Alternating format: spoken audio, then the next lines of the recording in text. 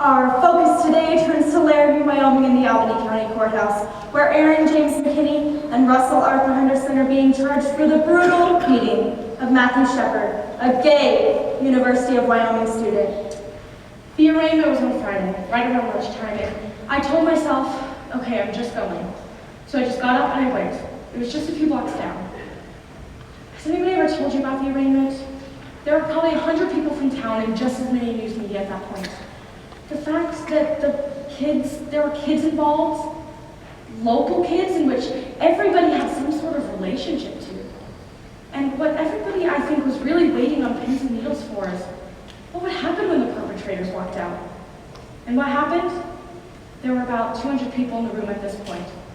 The perpetrators walked out in their complete orange jumpsuits and shackles, and you could have heard a pin drop. It was incredibly solemn. I mean, a lot of people were teary at that point. And then the judge came in and did a reading. It was just a reading of the evidence of the prosecution and the essential facts, and the facts were. The essential facts are that the defendants, Aaron James McKinney and Russell Arthur Henderson, met Matthew Shepard at the Fireside Bar, and after Mr. Shepard confided that he was gay, the subjects deceived Mr. Shepard into leaving them in their vehicle to a remote area. Upon arrival at said area, both subjects tied their victim to a buck fence, robbed him, tortured him, and beat him.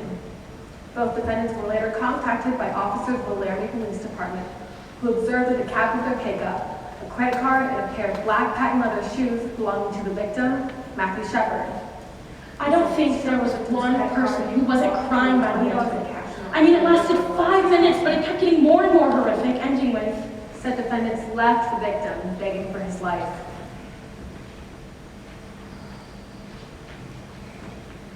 Sergeant Hay. How could this happen?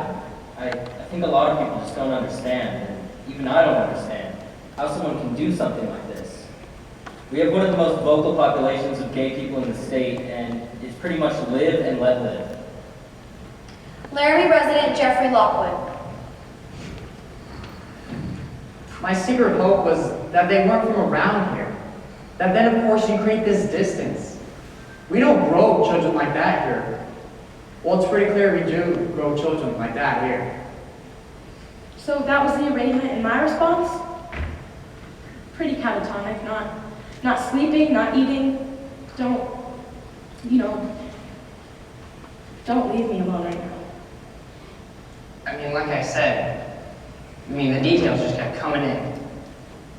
But, the media just descended, and there was no more time to reflect on this anymore.